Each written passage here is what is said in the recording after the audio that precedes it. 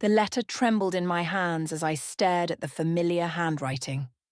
After 3 years of silence, my sister had the audacity to reach out like this.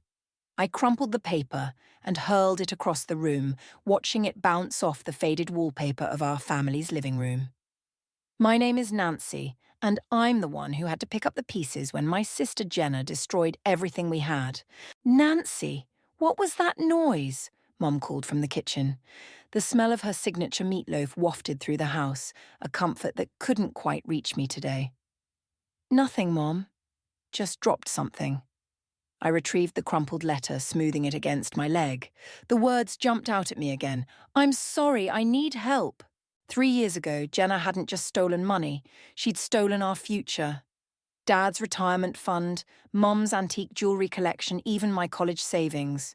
All gone in one calculated sweep that left us scrambling to keep our small hardware store afloat. Dinner's ready? Mom's voice carried a forced cheerfulness these days. She still set a place for Jenna every night, though she'd never admit it.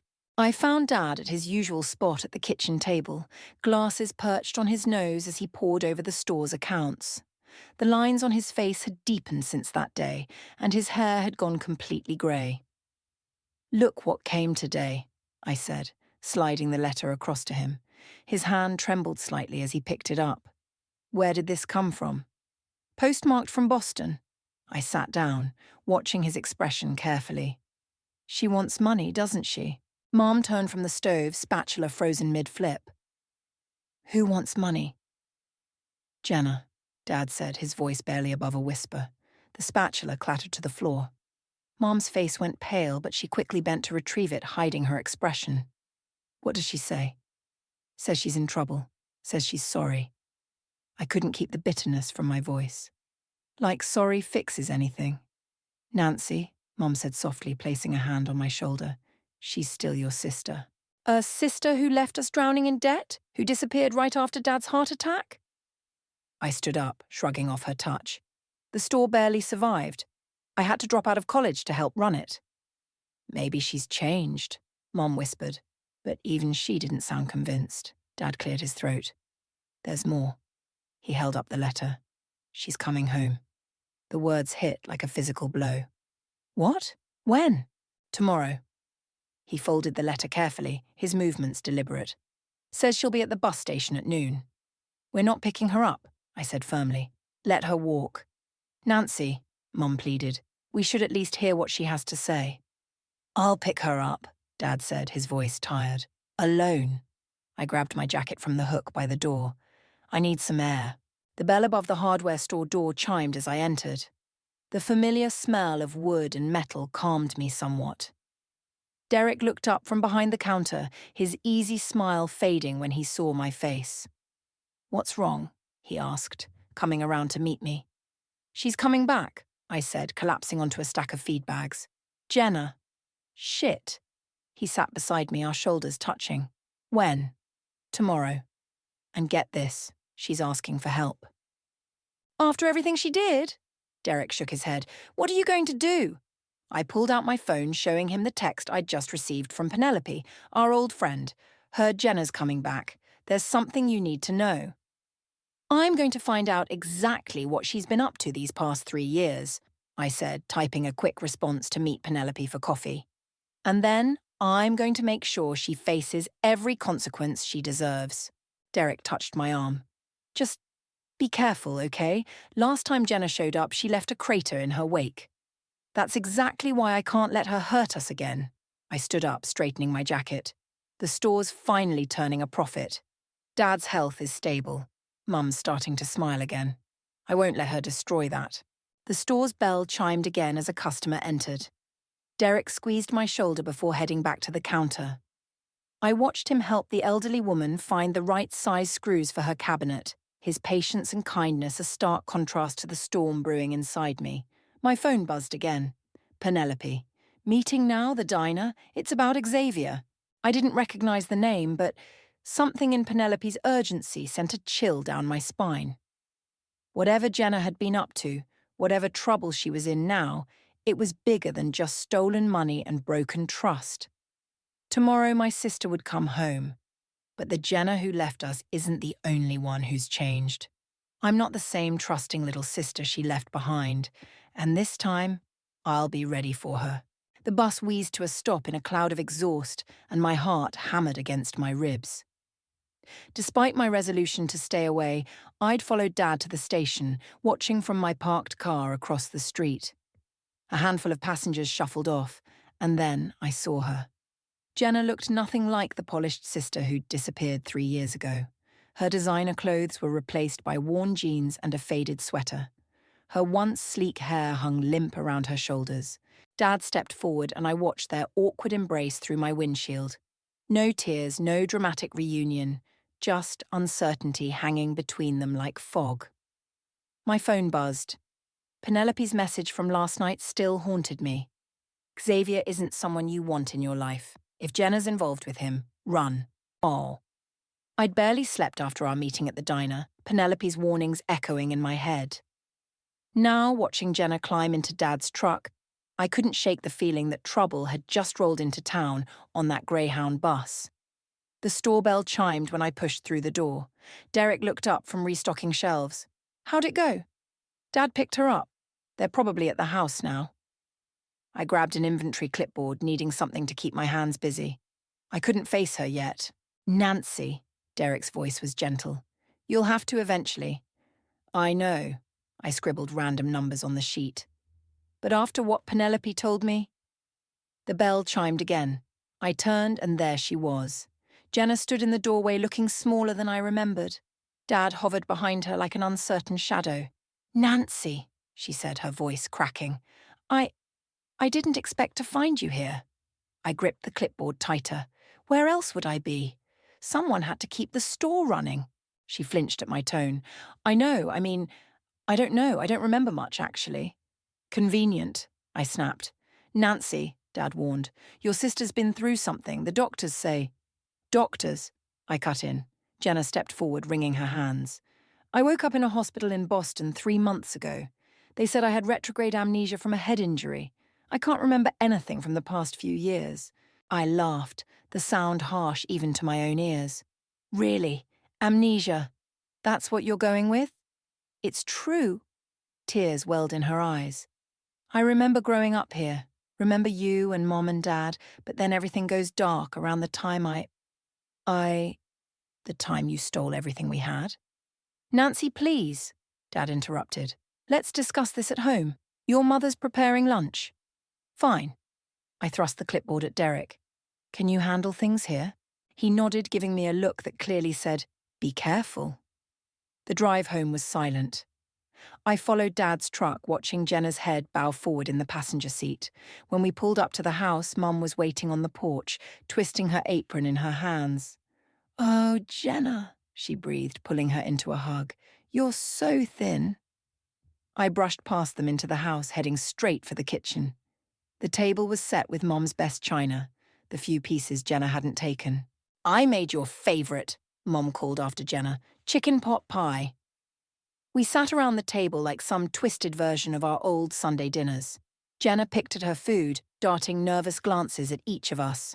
So, I said, breaking the uncomfortable silence. What do you remember about Xavier? Jenna's fork clattered against her plate. Who? The man you're running from. I leaned forward. The one Penelope warned me about.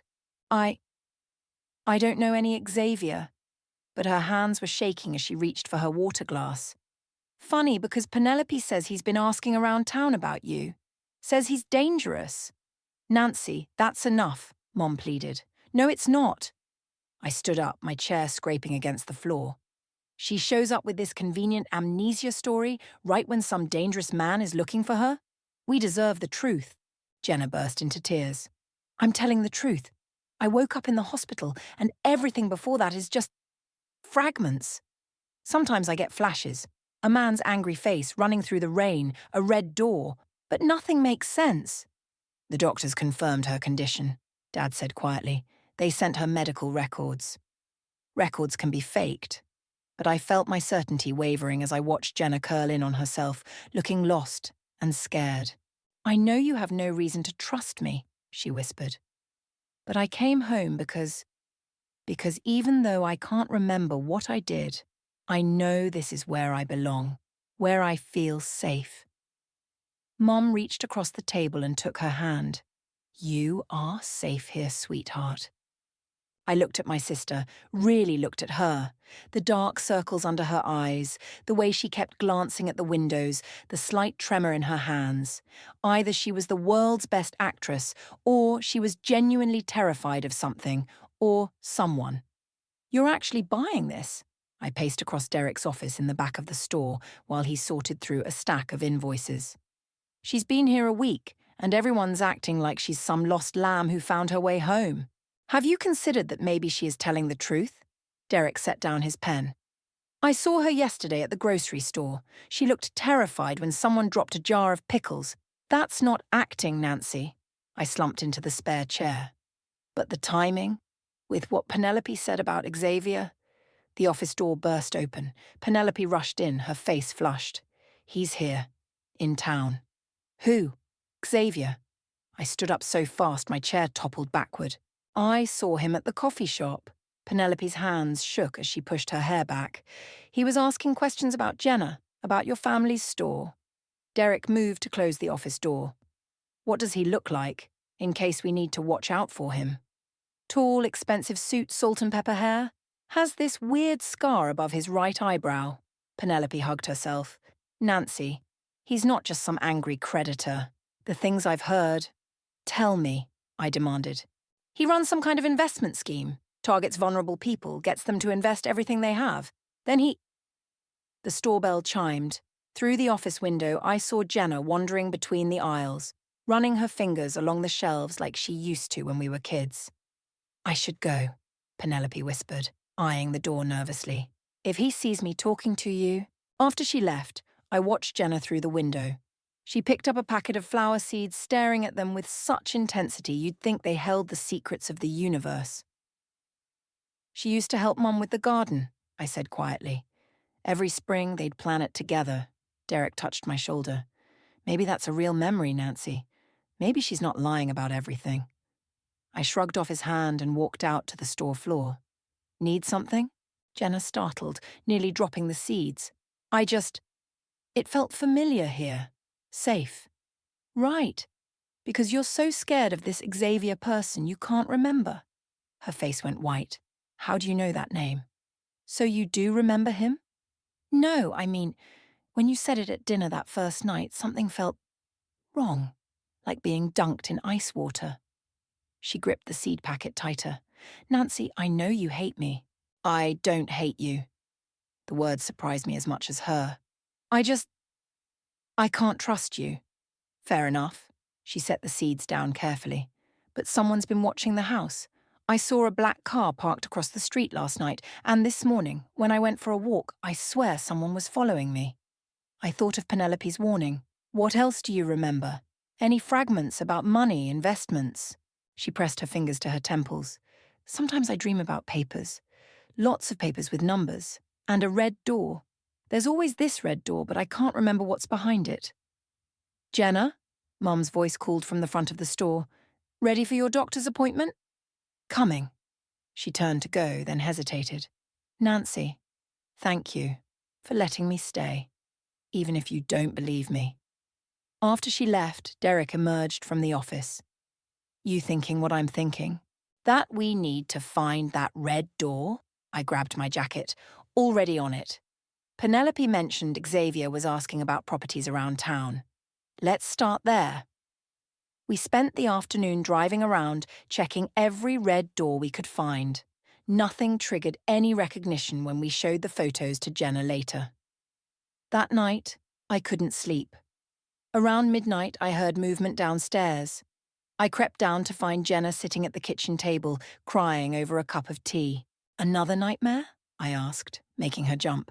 She wiped her eyes quickly. Sorry if I woke you. You didn't. I sat across from her, studying her face in the dim light. You really don't remember taking the money? I wish I did. Maybe then I could make it right. She stared into her cup. But Nancy, I'm starting to get flashes, bad ones. I think I was running from something. Someone. A car drove past outside, its headlights sweeping across the kitchen. Jenna flinched, ducking down instinctively. "Tell me about the red door," I said softly. "Everything you remember. It's tall, old, has this brass knocker shaped like a lion's head." Her voice took on a distant quality. "There's a smell, like old books and leather, and fear. So much fear." The description tickled something in my memory. "Wait here."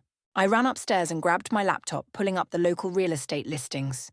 There, in a photo of the old law office downtown, a tall red door with a brass lion's head knocker. When I showed Jenna, she went completely still. "That's it," she whispered. "That's the door from my nightmares." My phone buzzed with a text from Penelope. "Xavier booked a room at the Gateway Inn. Be careful." I looked at my sister, trembling over her tea, and made a decision. Tomorrow we'd find out what was behind that red door, before Xavier found us first. The red door loomed before us in the early morning light. Derek stood watch at the corner while Jenna and I approached the old law office. "You okay?" I asked as Jenna's breathing quickened. She nodded, though her face had gone pale. "It's just being here. I feel sick." I tried the handle. Locked, of course, but growing up in a hardware store had its advantages. I pulled out my lockpicking tools, glancing around nervously. "Nancy," Jenna whispered urgently. "Someone's coming." Derek appeared beside us. Black sedan, turning onto the street. "We need to move. Now." We ducked into the alley just as the car cruised past. Through the tinted windows, I caught a glimpse of a man with grey hair. "That's him," Jenna breathed, pressing herself against the brick wall. "I remember his face." "You said you didn't remember Xavier," I hissed. "I didn't. But seeing him just now," she clutched her head. "It's like pieces falling into place. He made me sign things. So many things." The car disappeared around the corner. Derek peered out. "Coast is clear, but we should hurry." My hands shook as I worked on the lock. Finally, it clicked open. The door creaked as we slipped inside. The office smelled exactly as Jenna had described, old books and leather. Dust motes danced in the dim light filtering through Venetian blinds. "This way," Jenna said, moving with sudden purpose toward a back office. There was a safe behind that painting. She pointed to a terrible landscape painting. Sure enough, when I moved it aside, a wall safe appeared. "Great," I muttered. "Any chance you remember the combination?" Jenna pressed her fingers to her temples. "Numbers." "I see numbers. 16, 42, 37. I tried the combination. The safe swung open. Inside were stacks of papers, investment contracts, bank statements, and photographs. Lots of photographs. I pulled them out, spreading them on the desk. "Oh, God!" Jenna gasped. The photos showed her with Xavier at various locations. In each one, she looked increasingly distressed. The final photo showed her signing documents while Xavier loomed over her shoulder, his hand gripping her arm. "It's coming back," she whispered. "He found me when I was vulnerable. Said he could help me invest the family money, make it grow, but it was all a lie. When I figured it out, tried to back out, he—" She touched the back of her head unconsciously. Footsteps echoed in the hallway. We froze. "Well, well," a smooth voice came from the doorway. "I've been looking for you, Jenna."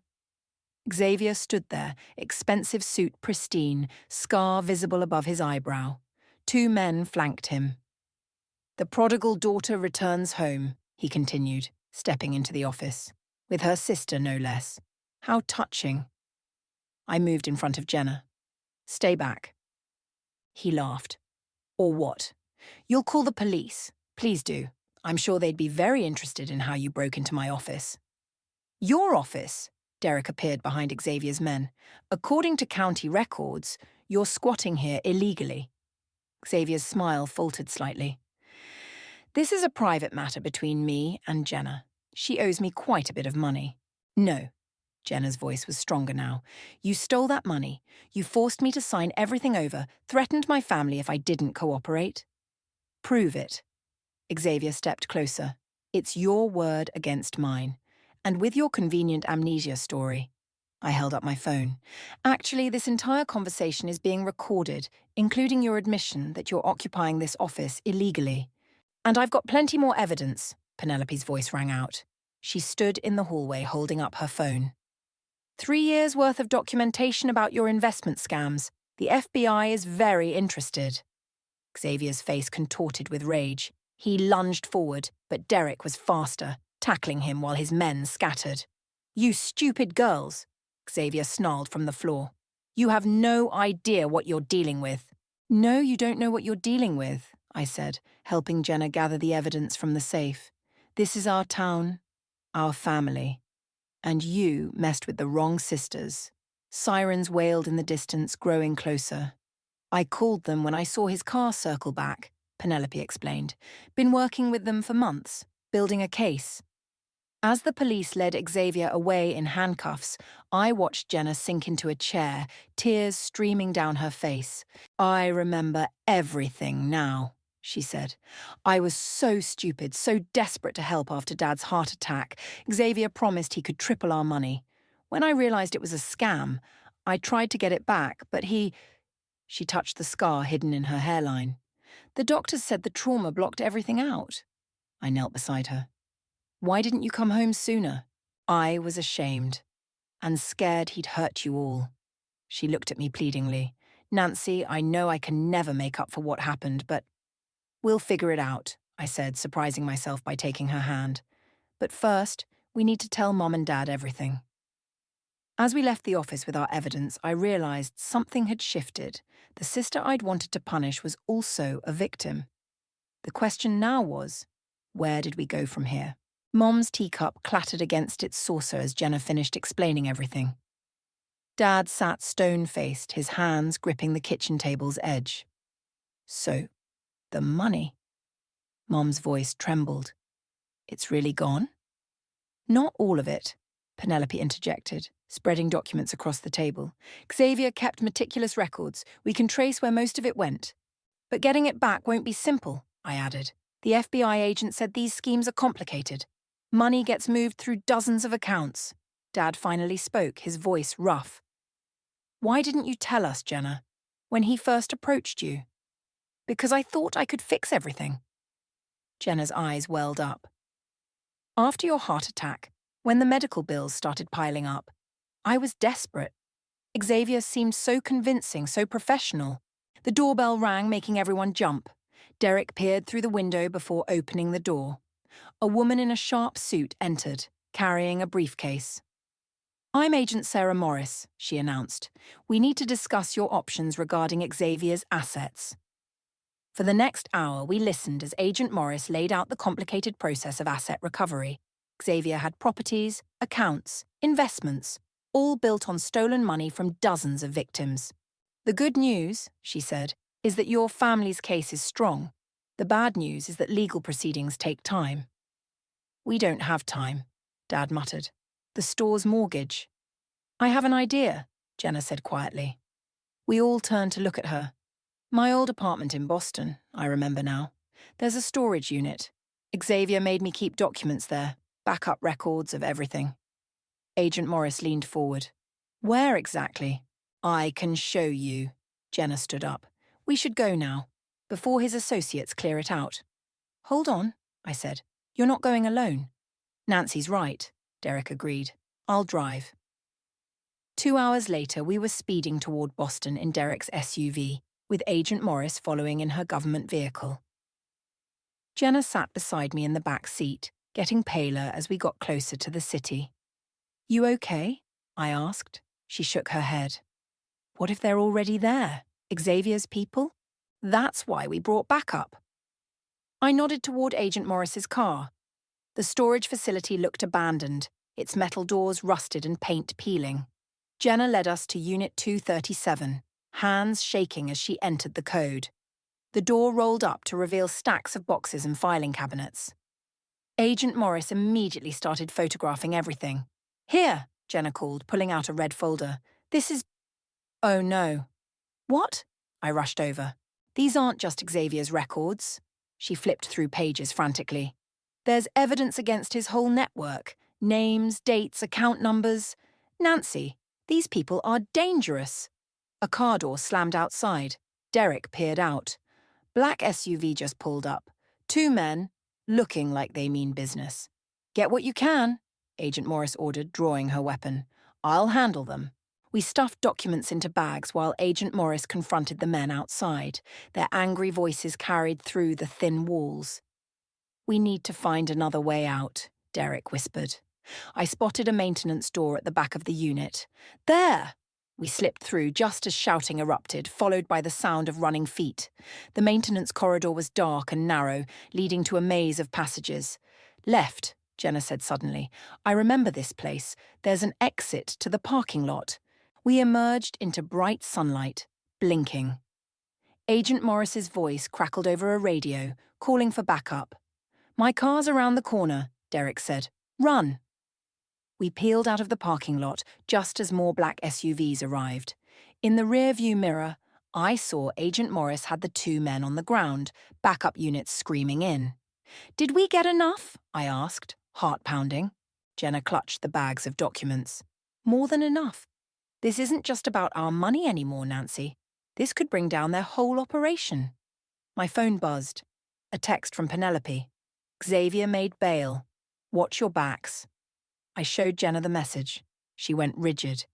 We need to get home now. Mom and Dad. Already on it, Derek said, pressing the accelerator. As we raced back to our small town, I watched my sister clutching those documents like a lifeline. She wasn't the polished, confident Jenna who'd betrayed us anymore. She wasn't the broken amnesiac version either. This Jenna was something new. Scared but determined. Guilty but fighting back. I know what you're thinking, she said softly, that you still can't trust me. Actually, I replied, I was thinking that maybe the sister I knew isn't completely gone after all. She gave me a wan smile. When this is over, if we survive Xavier's revenge, I want to make things right. Really right. First, I said, checking another urgent text from Penelope. We need to make sure our family's safe. Xavier won't take this lying down. Derek met my eyes in the rearview mirror. So what's the plan? I looked at the documents in Jenna's lap, our ammunition in this war. We're going to set a trap, and this time we'll be ready for him. The hardware store's security cameras showed Xavier's car circling the block for the third time. I adjusted the laptop screen so Agent Morris could see better through our video call. He's getting bold, she said. But we need more than just stalking footage to revoke his bail. He'll make a move soon, Jenna said, pacing behind the counter. I know how he works. He's just waiting for the right moment. Right on cue, my phone rang. An unknown number. Put it on speaker, Agent Morris instructed. I answered. Hello? Nancy. Xavier's smooth voice filled the store. Let's discuss this like reasonable people. Your sister stole from me. I simply want what's mine. Funny, I replied. I have documents that say otherwise. Ah, yes, the storage unit. Clever girl, Jenna. His tone hardened.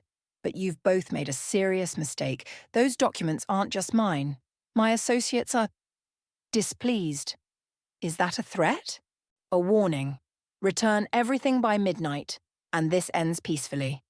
Otherwise, he paused.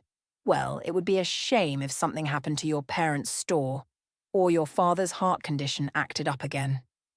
The line went dead. We got it, Agent Morris said. The threat's recorded, but it's still not enough for an arrest. So we give him what he wants, Jenna said suddenly. I stared at her. What? Not the real documents. Copies. We set up the exchange, catch him in the act. Too risky, Derek cut in. He's not working alone. No, I said slowly, but Jenna's right. We need to end this. And I have an idea. 2 hours later, I stood in the store's back alley clutching a manila envelope.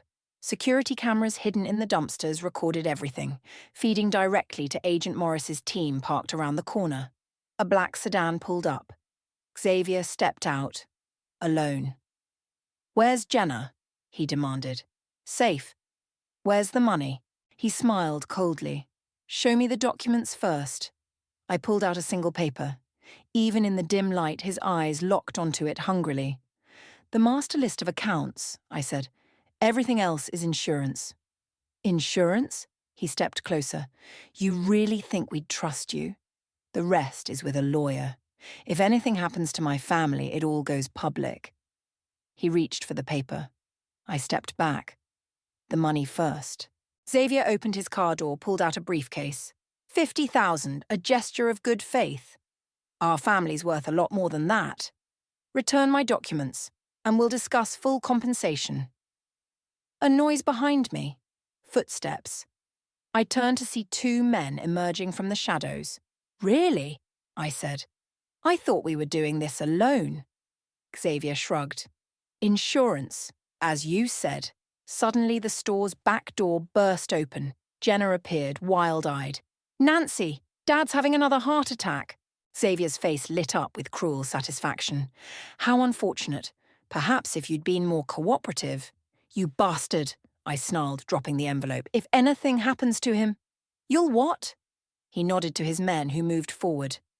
"You're not in a position to make threats." That's when all hell broke loose. Derek emerged from behind a dumpster, swinging a length of pipe. One of Xavier's men went down hard, the other pulled a gun. "Enough!" Xavier shouted. "Give me those documents, or—" Floodlights blazed. Agent Morris's voice boomed through a megaphone. "FBI, hands where we can see them!"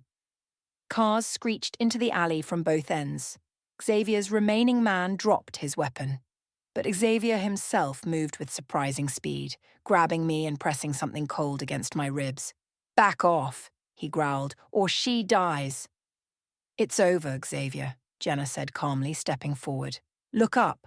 Everyone's eyes lifted to the store's roof, where news cameras rolled, capturing everything.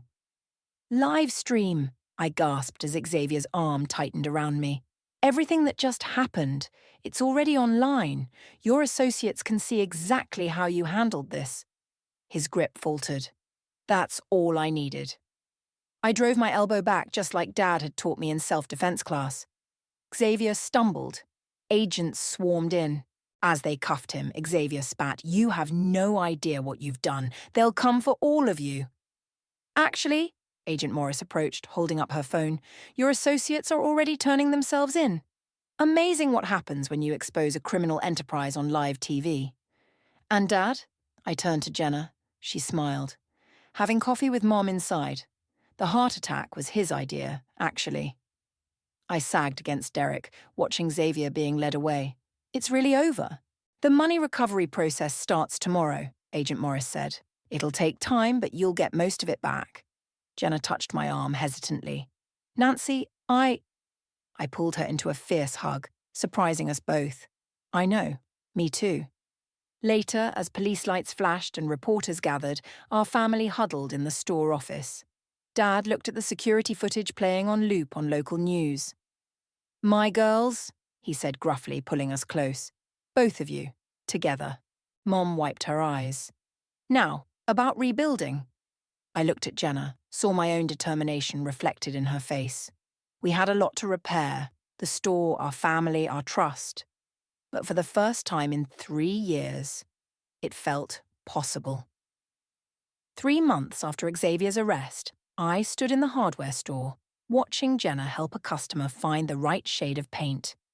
She'd thrown herself into learning the business, starting at the bottom despite having a business degree. "This should match your cabinets perfectly," she said, mixing the colors with practiced ease. The bell chimed as Agent Morris entered, carrying a thick envelope. "Good news, everyone." Dad emerged from the office and Mom hurried in from the garden center. Even Derek paused his inventory count to join us. "The court approved the asset seizure," Agent Morris announced. "We've recovered about 70% of the stolen funds. It's not everything, but it's more than we hoped for," Dad said, his voice rough with emotion. She handed him a check. I caught a glimpse of the numbers and felt my knees go weak. "There's more," Agent Morris continued. "Xavier took a plea deal. He's giving up his entire network in exchange for a lighter sentence. 20 years instead of life." "What about his associates?" Jenna asked quietly. "The ones who threatened us?" "Most are in custody. The rest are running scared, their accounts frozen. You're safe now. Mom pulled out a chair. Sit, please. I just made fresh coffee. As Agent Morris shared more details about the case, I watched Jenna slip outside. I followed her to the small garden behind the store where she stood staring at the tomato plants she'd helped Mom plant. Penny for your thoughts? I asked. I don't deserve this, she whispered. Any of it. The forgiveness. The second chance. Maybe not, I agreed, making her look up sharply. But that's what family does. We give chances even when they're not deserved. I've been thinking, she said, pulling an envelope from her pocket. I want to sign my portion of the recovered money over to you. What? No way. Nancy, please. You're the one who kept this place running, who took care of Mom and Dad while I was... She swallowed hard. While I was being a coward. You weren't a coward. You were a victim too. I touched the scar on her head gently. But if you really want to make things right, I have a better idea. We walked back inside to find Derek showing Agent Morris our new security system. Mum, Dad, I called. Jenna and I want to propose something. Everyone gathered around the counter as I laid out our plan. Use the recovered money to not just save the store, but expand it. Open a garden centre branch across town with Jenna in charge. The business degree she got? I said. Let's put it to use. For our family this time. Dad's eyes glistened. You'd want to stay, work together. If you'll have me, Jenna replied softly. Mom burst into tears, pulling us both into a hug. One condition, I added, extracting myself from Mom's embrace. We do this right. Everything transparent, everything documented. Already on it, Derek said, producing a folder. I've been working on business plans just in case. As they pored over the papers, Penelope rushed in, waving a newspaper. Have you seen this? Xavier's testimony is making waves. His whole organization is crumbling. Good, Jenna said firmly. I hope every person they scammed gets justice. Agent Morris stood to leave. Speaking of justice, the DA wants you both to testify at the sentencing hearing next month. Your story could help other victims come forward. I looked at Jenna, saw my own determination reflected back. We'll be there. After Agent Morris left, we closed the store early and gathered at home. Mom made her famous lasagna, while Dad pulled out a dusty bottle of champagne he'd been saving for a special occasion. To new beginnings, he toasted. And second chances, Mom added, squeezing Jenna's hand. As everyone clinked glasses, I noticed Jenna staring at the family photos on the wall, especially the one taken right before everything fell apart. We looked so innocent then, unaware of what was coming. We should take a new one, I suggested. Update the wall. Are you sure? Jenna asked hesitantly. After everything? Especially after everything. I grabbed my phone. Derek, would you? We gathered by the fireplace, just like in the old photo. But this time was different. We weren't just posing for a picture. We were rebuilding something stronger than what we'd lost. Ready? Derek asked, holding up the phone. Mom smoothed her hair. Dad straightened his shoulders. Jenna started to step back, but I grabbed her hand, pulling her closer. We're ready, I said.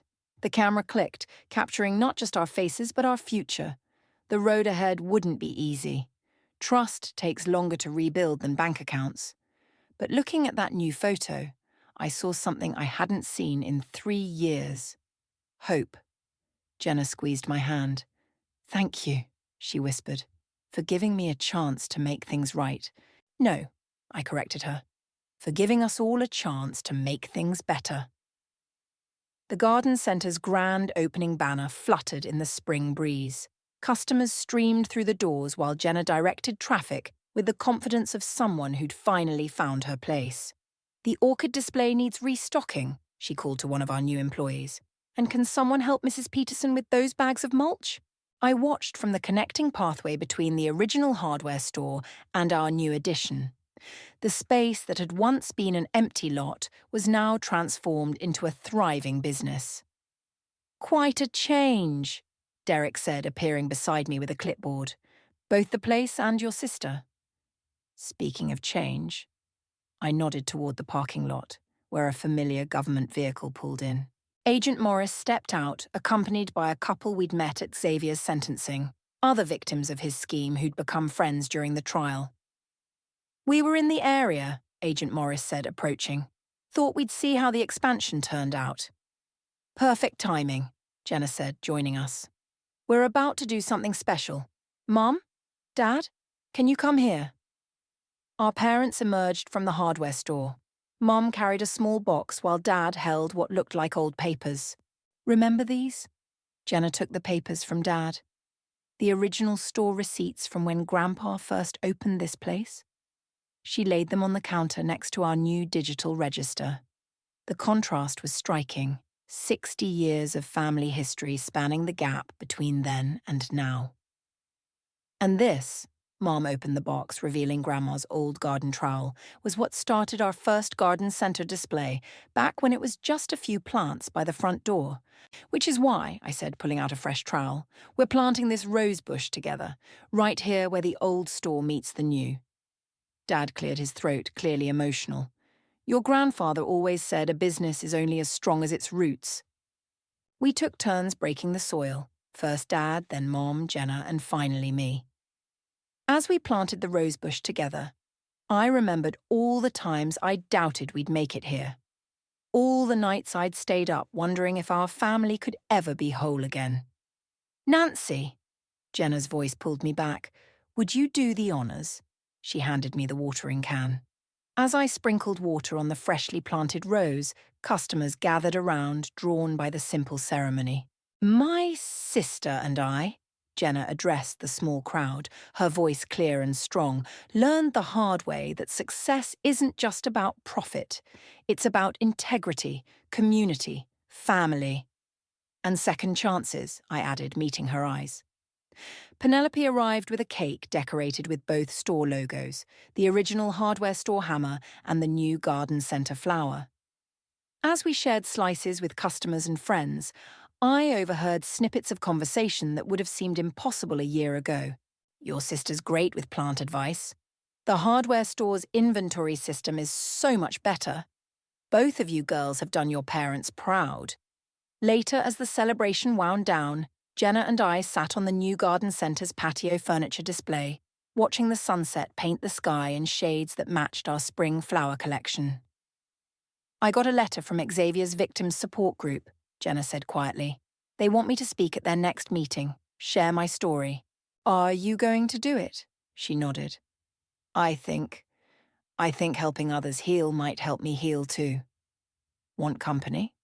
"Always." She smiled, then grew serious. "Nancy, thank you. Not just for the second chance, but for showing me how to be strong, how to make things right." "You did that yourself," I corrected. "I just reminded you who you really were." Mom called us inside to help close up. As we walked through the connected stores, past the hardware aisles where we'd played hide-and-seek as kids, past the new garden displays we'd designed together, I realized something profound. Our family's story wasn't just about losing and regaining money. It wasn't even about forgiveness. It was about building something stronger from broken pieces. "Look," Jenna pointed to the rose bush we'd planted. In the fading light, a single bud had begun to open. Dad wrapped an arm around each of us. "New beginnings," he said softly. "No," I replied, watching Mom take a photo of the rose, watching Derek lock up the registers, watching our employees say goodnight to the last customers. "Not new beginnings, just our story continuing, the way it was always meant to." Jenna leaned her head on my shoulder. "Together?" "Together," I agreed.